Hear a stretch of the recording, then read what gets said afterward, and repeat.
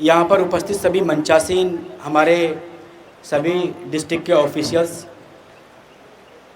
विभिन्न राज्यों से आए हुए हमारे कंपनी कमांडर, हमारी सारी फोर्सेज, सीआरपीएफ के हमारे ऑफिसर्स, इसके अलावा हमारे जितने भी सेक्टर दंडाधिकारी हैं, सेक्टर पुलिस ऑफिसर्स हैं, सभी प्रखंड विकास पदाधिकारी हैं, आप सभी लोगों का सबसे पहले मैं इस ज़िले में स्वागत करता हूं।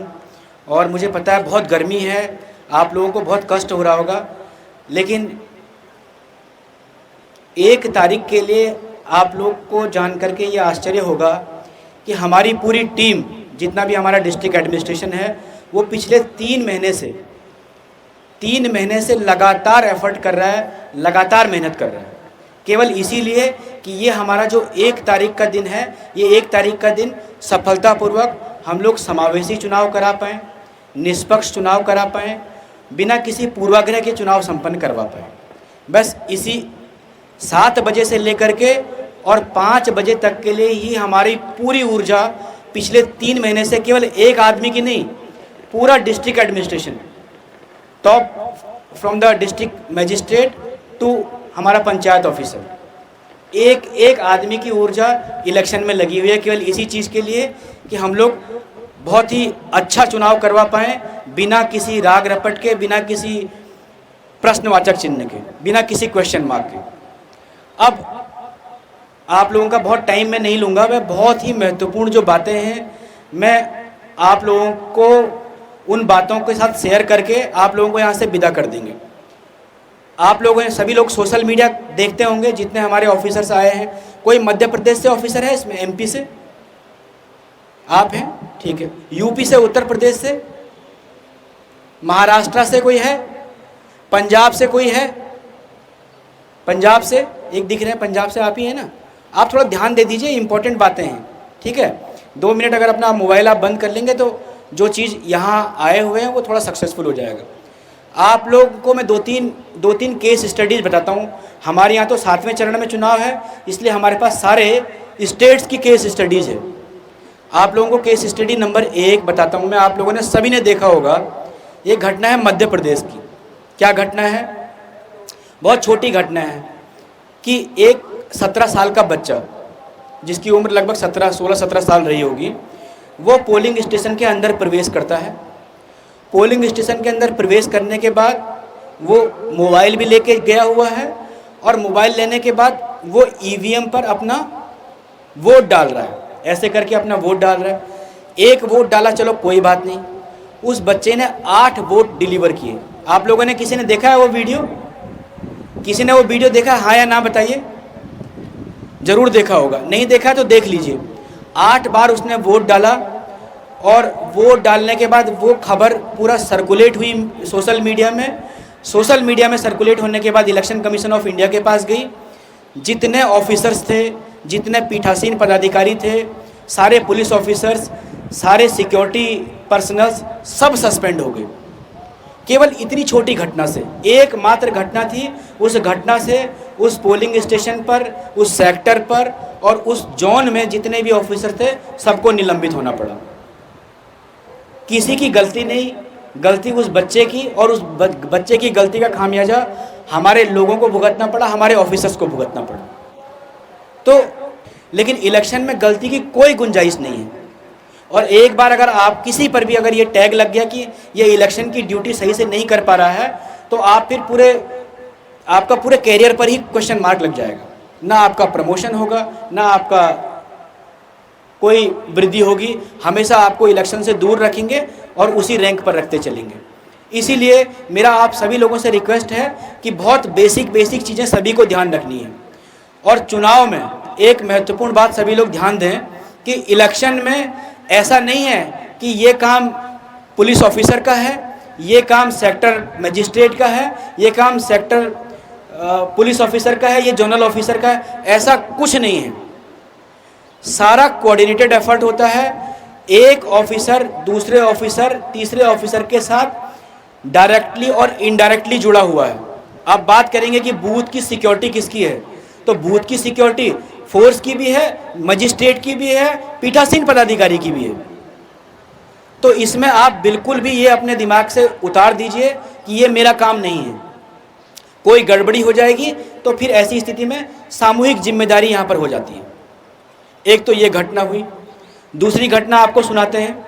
दूसरी घटना क्या होती है कि ये घटना है शायद पंजाब की या हरियाणा कहीं की घटना है कि एक कैंडिडेट जो खुद चुनाव लड़ रहे थे, वो कैंडिडेट अपने समर्थकों के साथ, अपने सपोर्टर्स 10, 12, 15 सपोर्टर्स के साथ वो पोलिंग स्टेशन के अंदर तक गए और उनका अंगरक्षक अंदर तक उनको वोट कराने ले गए। तो ये भी घटना देखिए, ये घटना भी अपने आप में पूरी प्रकाश में आई और सभी लोगों पर कार्रवाई हो गई, न चाहते हुए भी, बिना कि कोई गलती नहीं किसी की, कोई कुछ नहीं, लेकिन इसके बावजूद भी कार्रवाई हो गई। तीसरी घटना, एक छोटा बच्चा, एक आदमी अपने छोटे बच्चे को लेकर पोलिंग बूथ में चला गया, उत्तर प्रदेश में चला गया। वो ऐसे ही घुमाने के लिए अपने बच्चे को दिखाने के लिए लेके गया, तो बूथ के अंदर गया, वोटिंग कंपार्टमेंट में वोट डलवा दिया अपने छोटे बच्चे के हाथ में कि आप डालो, इस पर डालो। तो ये एक तरीके से आप मान के चलिए कि ये एक बहुत बड़े क्राइम्स हैं इलेक्शन में, और इसमें अगर कोई भी उस पर्टिकुलर बूथ से जुड़ा हुआ कोई भी ऑफिसर है तो वो बच नहीं पाएगा उसमें। तो ये हम बातें आपको केवल इसलिए बता रहा हूं ताकि आप लोग चीज़ों की गंभीरता को और सीरियसनेस को बहुत अच्छे से समझ पाएं। कुछ एक बातें जो आपको ध्यान रखनी है, पुलिस अधीक्षक महोदय ने और हमारे कमांडेंट साहब ने आपको एक एक चीज़ बता दी है। मैं 4-5 बहुत महत्वपूर्ण बातें बताऊंगा, उसके बाद आप फ्री हैं। नंबर 1, कई लोग ये बोल रहे हैं कि हम लोग जल्दी आ जाते हैं डिस्पैच सेंटर पर, लेकिन डिस्पैच होता है 11-12 बजे तक। ऐसा नहीं होगा। हम लोगों का सारा तैयारी बहुत ही अच्छी है, सारा सामान हम लोग टेबल पर रखवाने जा रहे हैं। 5:45 पर सभी पोलिंग पार्टियां, सभी सेक्टर मजिस्ट्रेट, जोनल मजिस्ट्रेट, जितने भी हमारे जो कंपनी कमांडर्स हैं, वो सभी लोग 5:45 पर इस सेंटर पर पहुंच जाएंगे। नंबर 1। नंबर 2, जितनी जल्दी हो सकता है टैगिंग करके, अपनी पोलिंग पार्टियों से बात करके, सामान मिला करके, वाहन कोसांग हमारा बहुत नज़दीक है, वाहन कोसांग से जा करके यहाँ से आपको विदा ले लेना है। नंबर 3, ईवीएम की security, the most important thing कि आपको ईवीएम की सिक्योरिटी कैसे करवानी है। एक हजारीबाग में किसी ने इलेक्शन ड्यूटी करी, हजारीबाग में हाथ खड़े करें। आपको जानकर आश्चर्य होगा कि वहाँ पर क्या हुआ कि कुछ ऐसी घटनाएं हो गई कि ईवीएम लोग अपने घर पे ले गए, बारिश हो गई, लोग अपने घर ले गए।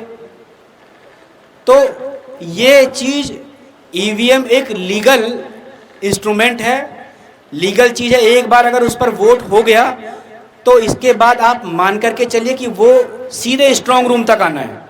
उसके अलावा ईवीएम का मूवमेंट कहीं नहीं होना है, और ईवीएम के मूवमेंट का एक प्रॉपर प्रोटोकॉल है कि वो सिक्योरिटी फोर्स के साथ ही मूव होगा, ताकि उसको कोई अन्यत्र किसी के हाथ में वो न चला जाए। ये आपको ध्यान रखना है। ये सब चीज़ें आपको अपने मस्तिष्क में हर समय रखनी है।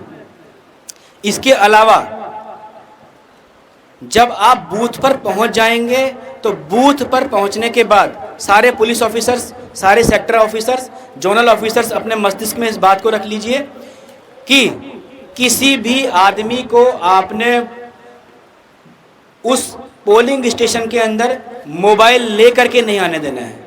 अगर डिस्ट्रिक्ट मजिस्ट्रेट भी आना चाहे तो उनको भी आपको मना कर देना है कि आप अपना मोबाइल बाहर रखिए।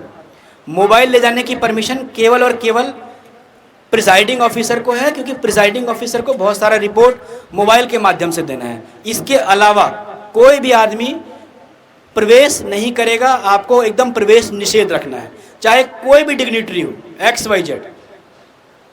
किसी डिग्निटरी को आप अंदर मोबाइल ले जाने नहीं देंगे। अगर कहीं से भी फोटोग्राफ्स रिलीज होगी तो फिर ऐसी स्थिति में बहुत प्रॉब्लम हो जाएगी। नंबर 4, आपने 200 मीटर का रूल पढ़ा होगा, नहीं पढ़ा होगा तो मैं आपको बता देता हूँ। ये बूथ है, उस बूथ के 200 मीटर के परिधि क्षेत्र में, 200 मीटर के जो उसका सरकमफ्रेंस होता है, उस 200 मीटर के सरकमफ्रेंस में किसी भी पॉलिटिकल पार्टी का न तो कोई जुलूस, न कोई लोग प्रवेश नहीं करेंगे। अगर कैंडिडेट वोट देने के लिए आते भी हैं तो उनके साथ मात्र 2 और लोग एक्कम्पनी उनको कर सकते हैं, खुद एक कैंडिडेट, एक उनका इलेक्शन एजेंट और एक उनके द्वारा प्राधिकृत कोई तीसरा व्यक्ति, बस। इसके अलावा कोई नहीं आएगा। अगर कोई सिक्योरिटी पर्सनल्स के साथ आता है तो सिक्योरिटी पर्सनल्स के साथ वो अंदर नहीं जाएगा, केवल बूथ के बाहर रहेगा उनकी सिक्योरिटी के लिए, वो भी सादे लिबास में, और अपना जो अस्त्र है उस अस्त्र को कंसील करेगा, छुपाएगा। ये चीज़ आप अपने पूरे दिमाग में एकदम क्लियर रखिए। इसके अलावा सेक्टर ऑफिसर्स और सेक्टर पुलिस ऑफिसर्स अपना वोट करवाने के उपरांत 5 बजे जब आप अपना वोट करवा देंगे तो वोट करवाने के बाद यथाशीघ्र आप उन पोल्ड ईवीएम को अपने अपने जो सेक्टर पुलिस ऑफिसर्स हैं, आपके जो कंपनी कमांडर्स हैं, उनकी सिक्योरिटी में सीधा स्ट्रॉन्ग रूम तक लेकर के जाएंगे। कोई भी अन्यत्र उस पोल्ड ईवीएम को लेकर के बिल्कुल भी नहीं जाएगा।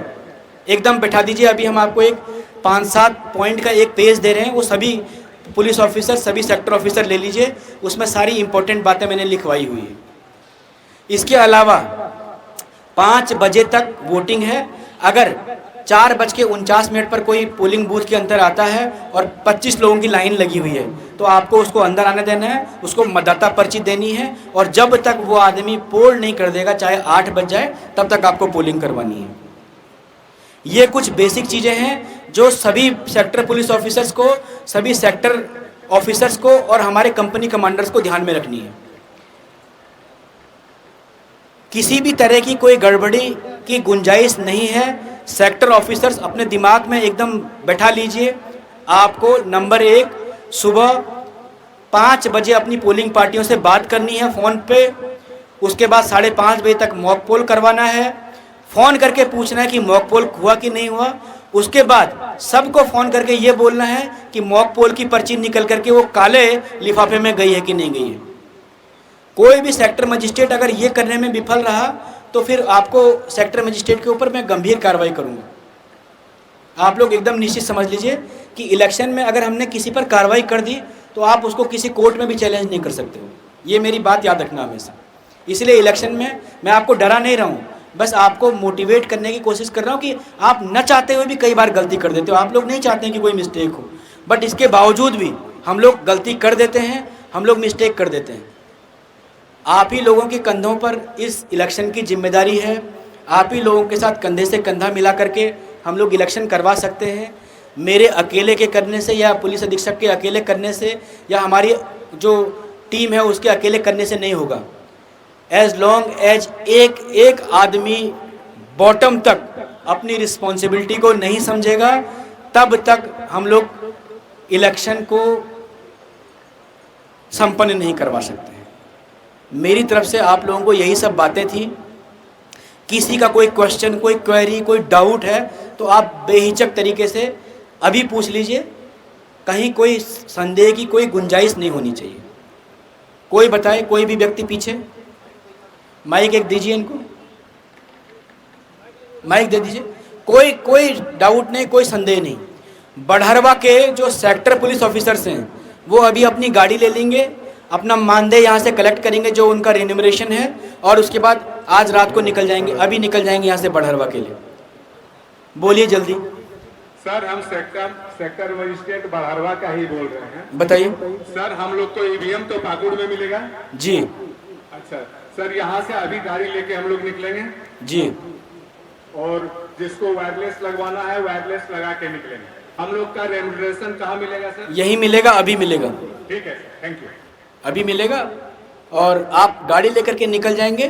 पाकुड़ से अपनी पार्टी को लेकर के आप कंसर्न बूथ पर लेकर के जाएंगे। और पूछे, किसी कंपनी कमांडर को कोई डाउट हो, किसी हमारे सेक्टर पुलिस ऑफिसर को कोई डाउट हो, सेक्टर मजिस्ट्रेट्स को कोई डाउट हो, एकदम डाउट क्लियर कर दीजिए। सर, यहाँ से ईवीएम लेकर के इंटरमीडिएट स्ट्रांग रूम में जमा करने जाएंगे तो रात्रि विश्राम हम लोग का वहीं होगा कि सर अपने मतदान केंद्र के जहाँ लॉट है उसके किसी एक मतदान केंद्र पर?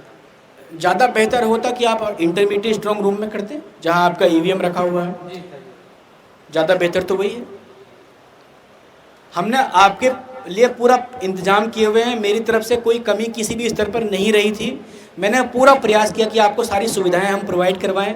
सारे बूथ में भी आपके लिए फैसिलिटीज़ है, और नहीं अगर होती है, कहीं फैसिलिटीज़ बिल्कुल नहीं होती है, तो मेरा रिक्वेस्ट है सभी लोग कंसर्न BDOs का नंबर ले लीजिए। जो हमारे BDO हैं वो वहाँ पर सारी व्यवस्था आपको इंश्योर करवा के देंगे। फिर भी हमने अपनी तरफ से पूरा प्रयास किया कि आपको कोई कमी हम लोग न रहने दें। और किसी को डाउट है, संदेह किसी को है? हाँ, उनको दीजिए माइक। अपना नाम बताइए और अपना डेजिग्नेशन बताइए और उसके प्रश्न पूछिए। सर, हाँ, जय हिंद। मेरा नाम DYSP Jangila Masari ji. Company number 962 Assam police. बहुत बढ़िया, बताइए। सर, मुझे ये जानना था कि हमारे कंपनियों को टिफिन मानी दिया जाएगा उधर में, या खाना प्रबंध क्या किया जाएगा? पोलिंग बूथ पर ना? Yes sir. नहीं, आपको खाना दिया जाएगा, हमारी माता समितियाँ देगी ना खाना। हाँ, आपको वहाँ बूथ पर हमारी जो माता समिति है वो बनवा करके आपको खाना पहुँचाएंगे।